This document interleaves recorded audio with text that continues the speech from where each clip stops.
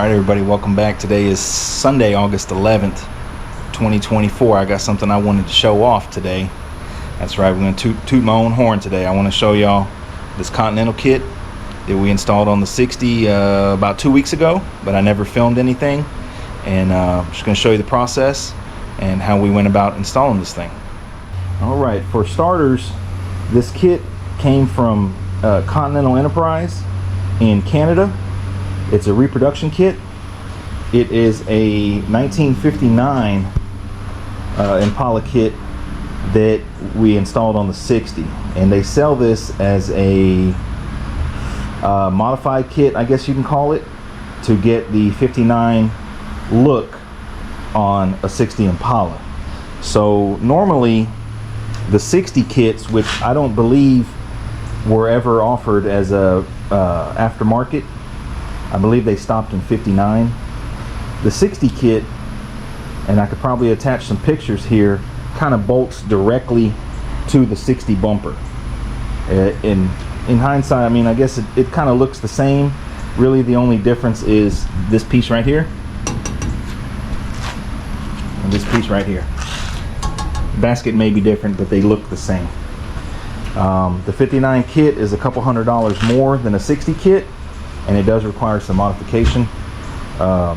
We did have to cut the bumper ends to allow that to fit, and I did actually shorten them so that it gets closer to the body.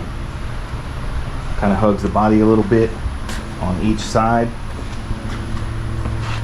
As you can see, it's closer than it normally is. It's actually really close on the tail panel.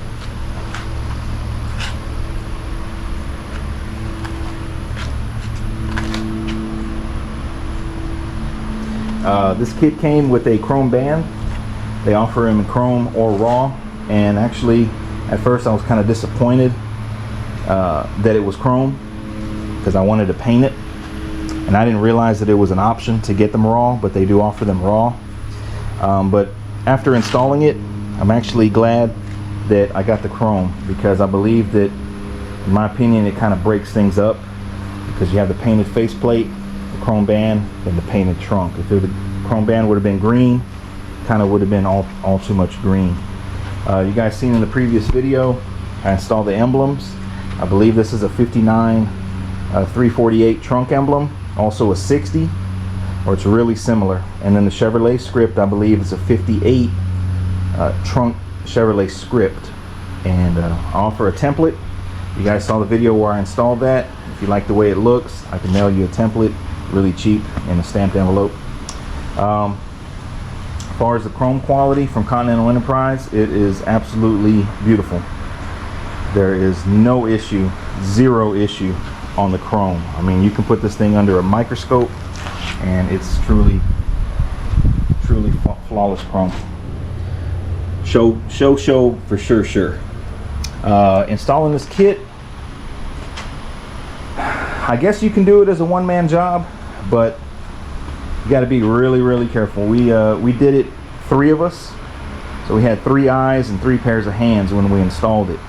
And after installing it the first time, it's actually pretty easy. I actually had these parts sitting in the house, kind of just waiting for the right moment, and we had some help over here and just said, hey, let's do it today. So let me show you guys the process for installing this kit. Alright, for starters, I went with a radial tire. It's a 195/75/14, and I got it on Amazon. I believe it was like $40 shipped to the house or something like that. The directions can call for this, or they also call for the original, which is a 760/14 bias ply, and those tires they're like $300 a piece, and to me that cost just wasn't worth it. It's not like you're ever actually going to use this thing, or I don't plan on actually using this thing. It's 100% for looks. It's a powder coated stock wheel, and we did deflate the tire to help get the chrome band on. It does help it a hair. You can probably get the chrome band on without deflating the tire, but we did, and it helped. So the process for installing this, because it looks kind of confusing, is there's a bracket that swing arm. Well, that's picking up right there. It kind of bolts to the basket, and it's a swing arm. So the first step for installing this was to put the faceplate on.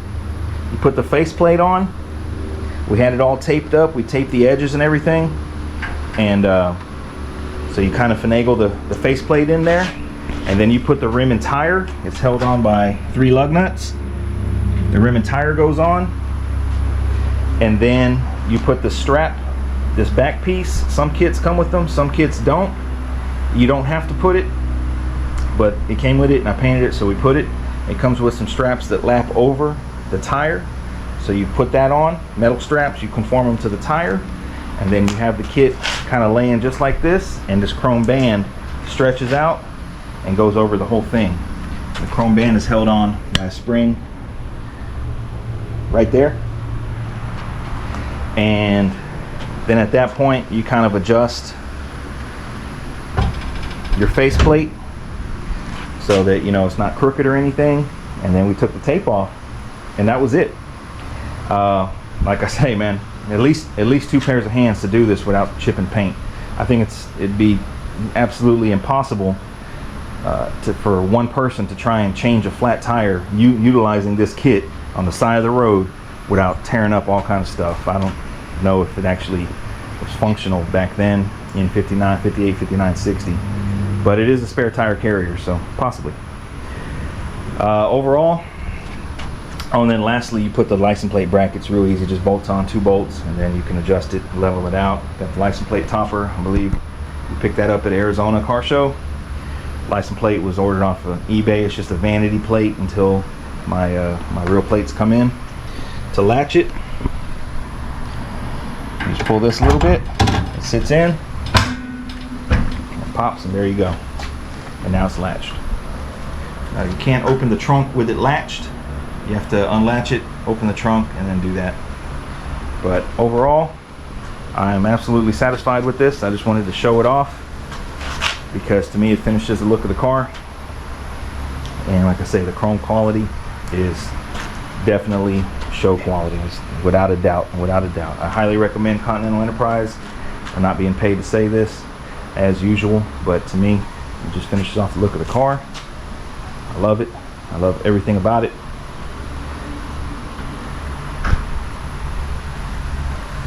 So this car's kind of been tucked away in the garage while we're working on Bobby's car, and hopefully here we finish the metal work on Bobby's car, and then we can work on the hydraulics, building the rack for this car. And until then, it's kind of sit tucked. I need to get the plates for it and stuff like that. But hope you guys enjoyed this little update on this 1959 Continental kit on a 60 Impala. I searched and searched for any video out there trying to get instructions on how to install this thing, because these parts just look, you know, like it's really hard to put it on without scratching. But it does have a little bit, you know, some slack around the band. It's not a super tight, so we were able to do it. Once we put it back on, aired up the tire, it tightened everything up, and we're good to go. Hope you guys enjoyed this update. Hope you guys enjoyed this update here. Y'all stay tuned for more work, and as usual, thanks for watching.